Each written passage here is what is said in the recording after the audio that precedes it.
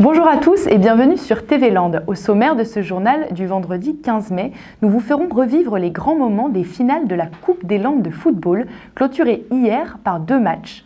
Nous vous emmènerons ensuite sur les traces des routes de Compostelle dans les alentours de Cap-Breton. Puis nous irons à Molietz, au pas de course, pour ces 10 km annuels de footing. Nous terminerons ce journal par notre série Beau Travail avec aujourd'hui le métier d'aide comptable.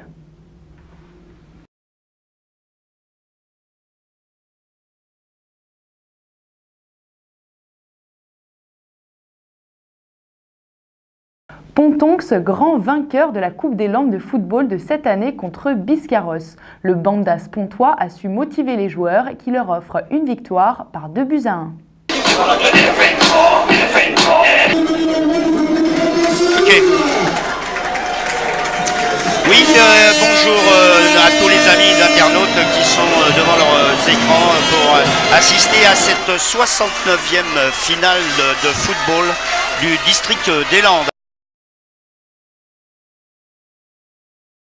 Nous allons assister à une très belle rencontre entre l'AS Pontonx, première division de district, contre Biscarrosse Olympique qui, elle, est en division honneur Ligue d'Aquitaine. L'objectif pour eux, pour aujourd'hui, est le même, c'est-à-dire être champion de la Coupe du District des Landes. Et je pense que pour les deux équipes, ça serait mentalement pour le club quelque chose de très bien. Ordinaire parce que cette petite fille de 8 ans de l'AS Metz qui vient de donner le coup d'envoi. 11 millième licencié de DLF, c'était à fin mars.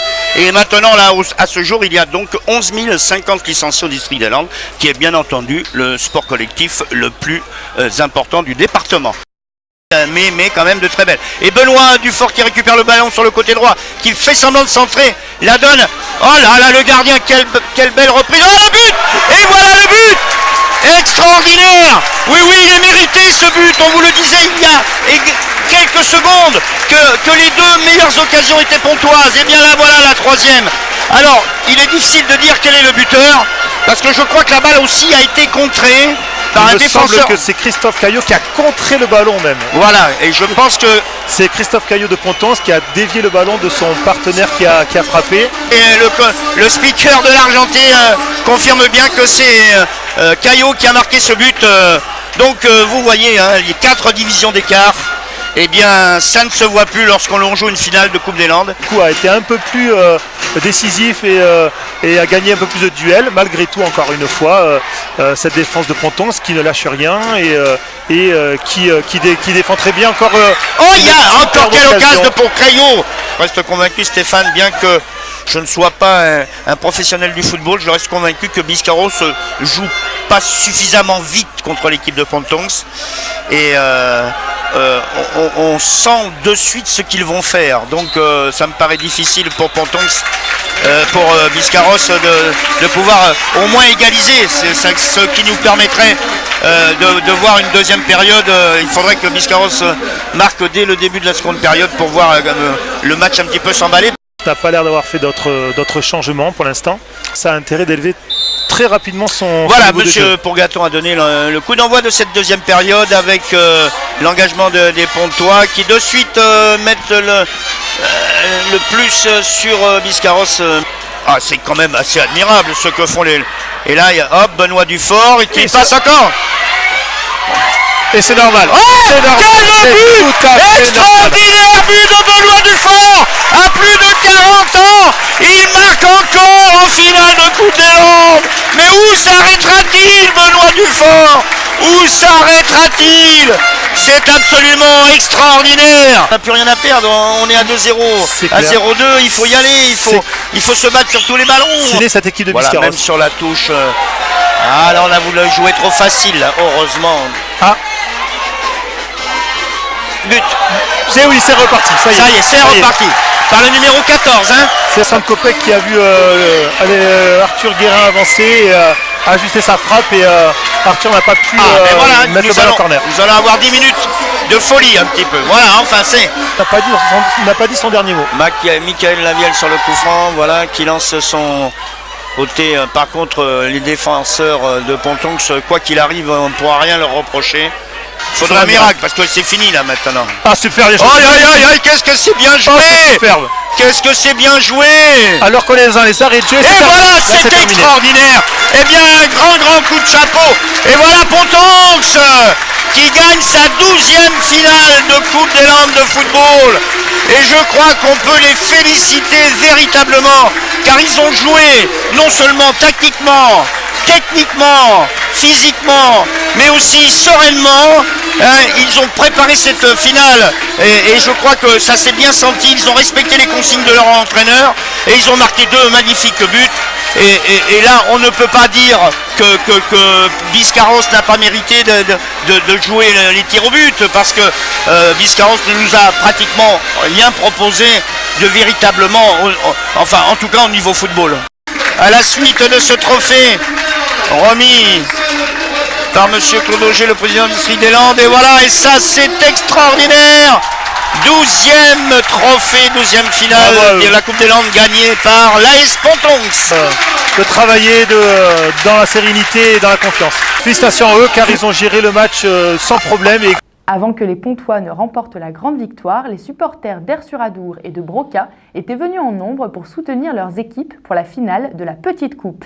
Résultat, 3-2 pour Aire-sur-Adour, un match sous tension.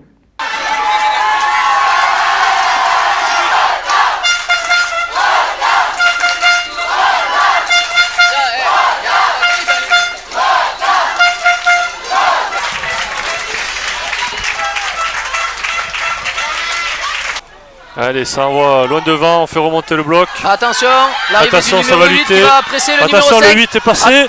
Et l'ouverture du score en du direct. numéro 8 de Aire-sur-Adour. Un ballon long dans le dos de la défense avec un joueur puissant. Pierrick Dilacé. Voilà, le coup franc est joué. Très haut, très loin. Avec une sortie du gardien de but. Et c'est le but. Attention, les sorties. C'est le but d'Aire-sur-Adour. C'est maintenant qu'on va réellement voir si Broca est capable de se remobiliser. C'est bien d'être compétiteur, d'avoir du caractère, mais il y a des comportements qu'il ne faut pas avoir, surtout en cette journée. Donc le numéro 8, ça fonctionne plutôt bien. Avec un ballon qui est récupéré par Broca, qui va être écarté là-bas sur le côté, c'est très bien joué. Voilà, une très belle phase de jeu de Broca. Des duels, de la qualité. On a assisté à un début de match un petit peu difficile avec beaucoup de duels, beaucoup de fautes, et puis le jeu s'est posé. On n'est pas à l'abri d'un rebond. Pas beaucoup de pas d'élan. Oh, le ballon est bien frappé. Et c'est le but. Et c'est le 3e but sur ce coup franc magnifiquement tiré. Et ça fait 3-0. 3-0 à la 48e minute. Ça va être compliqué, très compliqué pour Broca. Très bon pressing, là il a senti le coup. Sur ses passes latérales, toujours dangereuses. Ouais, un bon ballon en profondeur là-bas pour Aire-sur-Adour. Et Pierrot Brian l'appuie sur Lanux qui lui remet avec un gros tacle. Mais sur le ballon, ça s'échauffe un petit peu.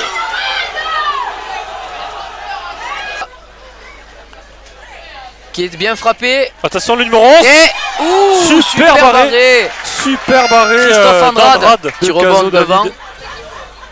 Devant lui. Un corner encore très bien frappé. Broca qui pousse. C'est un penalty. C'est un penalty. Important du match. C'est frappé, c'est marqué. C'est très bien frappé. Broca. Jonathan Barbu. Allez s'appliquer là. C'est tiré au premier poteau. Ça va revenir dans les 18 mètres. Heure qui n'arrive pas à se dégager. C'est toujours dans les pieds de Broca. Au 20 mètres. On décale. Rémi Gomis là-bas qui tente la talonnade. C'est dommage. Il gagne encore son duel là-bas. Oui. Il insiste. Ballon en retrait. Oh, magnifique. Et c'est le but. Magnifique. Très joli but du numéro Tom Cazo. Magnifique. Il gagne son face à face. Et c'est fini. Et le match est terminé. C'est fini. Chaque équipe a eu sa mi-temps sur ce match-là. Et tout à fait d'accord. L'avantage d'Aire-sur-Adour, c'est d'avoir mis ce but en plus en début de deuxième mi-temps, qui leur a permis de tenir le score. Quel dommage, c'est vrai que sur la deuxième mi-temps, Broca aurait mérité de revenir au score parce qu'ils se sont beaucoup investis, ils ont gagné beaucoup de duels, ils ont été très hauts dans le terrain. Ah, Broca pourra regretter sa première mi-temps avec peu d'engagement. Et ils viennent remercier leurs supporters qui sont très nombreux. Au fur et à mesure du temps, les chemins qui mènent à Saint-Jacques-de-Compostelle ont été tracés, balisés. Les Landes sont traversées de toutes parts de près de 500 km de voies jacquaires. La Société landaise des Amis de Saint-Jacques et d'études compostellanes tente de retracer les chemins oubliés lors d'une marche le 9 mai dernier. Le chemin de Compostelle nous emmène en plein cœur de Cabreton, marche guidée par des hospitaliers pour nous faire découvrir les anciennes voies de l'époque médiévale. C'est une voie qui est intéressante pour nous de développer parce que c'est une voie qui est assez authentique.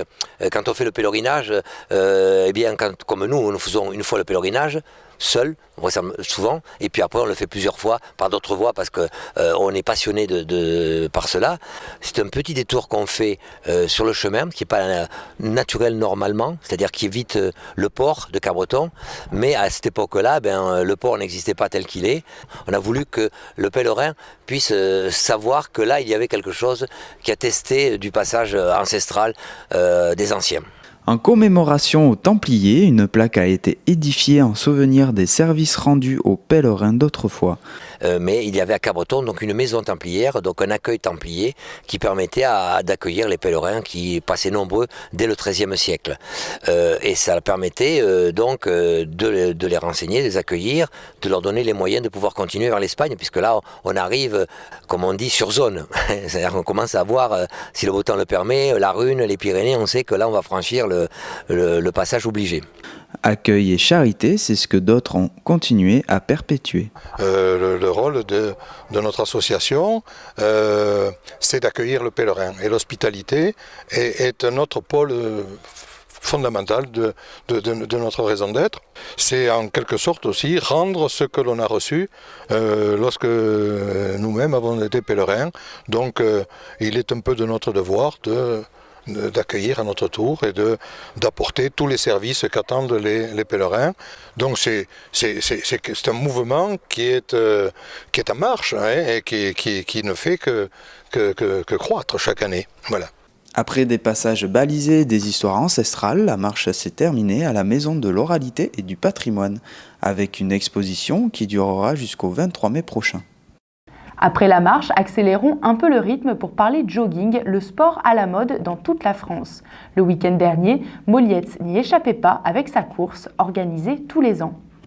Dimanche 10 mai, c'est avec un soleil estival que des coureurs de tout niveau se sont regroupés près de la mairie de Molietz pour la course des 5 et 10 km organisée par l'entente Messanges-Molietz. Cette entente pédestre s'appuie sur les deux communes, Messanges et Molietz. Donc nous sommes une jeune association qui a 3-4 ans. Ça fait 3 ans maintenant qu'on organise cette course. Cette année, on a grandi par rapport à l'année dernière. On a été reconnu par Michel Jazzy qui était là au départ et qui va nous faire le plaisir d'être là pour la remise des récompenses. Il y a plus de 250 coureurs au total. Donc on avoisine les 200 sur le 10 et le 50 a emmené à peu près une cinquantaine de personnes. Ce genre de course est quelque chose d'encourageant pour les organisateurs, parce que d'abord c'est une animation dans le village et on commence timidement. Cette année il y a 250 participants à cette course. Je dis que c'est un beau résultat. La seule chose qu'il faut, c'est trouver des bénévoles qui puissent apporter un soutien à l'organisation, parce que là il y a des manquements, mais ils en sont conscients et ils vont faire le nécessaire, ils vont essayer de faire le nécessaire, parce qu'il faut des bénévoles. Notre objectif, c'est de grandir encore. Corinne, notre secrétaire, a dit la course de Molietz, c'est la petite course qui monte. C'est ce qu'on espère faire. Quand on aura un peu plus d'assises, un peu plus d'ancienneté dans la course pédestre, on essaiera de changer de date, faire ça l'été. Et alors là, on en plafonnera le nombre de participants. Pour le moment, on grandit doucement. Il y a encore des erreurs qu'on va gommer l'année prochaine. On a déjà gommé certaines erreurs de l'année dernière. Voilà. Le 5 km, c'est la nouvelle course cette année qu'on a fait pour les jeunes. Et en fait, il n'y a pas tellement de jeunes que ça sur le 5. Donc à nous de réfléchir si on garde le 5 l'année prochaine ou si on ne fait qu'un 10. Habitués des courses ou simplement de passage, tous les coureurs s'entendent sur la qualité de ces 10 km. On est en vacances dans le coin et on en a profité pour faire la course du dimanche. C'est une course très sympa et au parcours très agréable. Une fin en sous-bois où ça change un peu de la route, donc c'est un peu plus dur mais c'est agréable. Très bien, très bien. J'étais un peu réticent parce que vendredi j'ai fait le trail de 21 km de Saint-Martin-de-Tyros.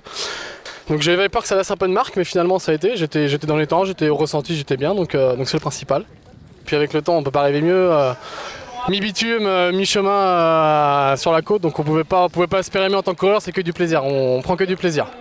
Quand j'entends le premier qui dit que ce n'est que du bonheur, ça fait chaud au cœur et ça, bon, tout le stress va s'évacuer dans pas longtemps parce qu'on est hyper stressé, on n'est pas nombreux à travailler là-dessus et c'est un encouragement pour nous. Voilà. Avec toujours plus de coureurs et de soutien, les 10 km de la plage au Pin est une course qui fait son bonhomme de chemin. Vous voulez vous reconvertir ou vous êtes tout simplement en âge de chercher votre voie. Si vous souhaitez être aide-comptable comme Valérie, c'est comme ça que cela se passe.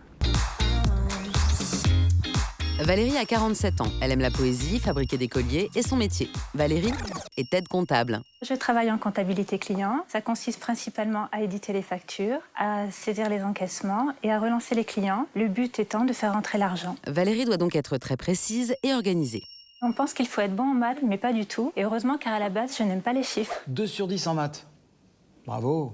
Il faut plutôt être logique, être habile en saisie informatique et surtout être extrêmement rigoureuse. De la rigueur, certes, mais aussi de la liberté. Je peux être autonome, organiser mon travail comme je le veux, donc ce poste me convient parfaitement. Valérie a été formée par son entreprise et il existe des formations en alternance pour accéder à ce métier qui propose 37 000 postes par an pour un salaire d'embauche de plus de 1 500 € par mois. Alors franchement, si c'est pas un beau travail, ça. Toi, on sait déjà que tu feras pas de la compta. C'était Beau Travail avec le... C'est la fin de cette édition, merci de l'avoir suivi. On se retrouve lundi pour un nouveau journal de TV Land, votre web télévision locale. Tout de suite, la météo. Très bon week-end à tous.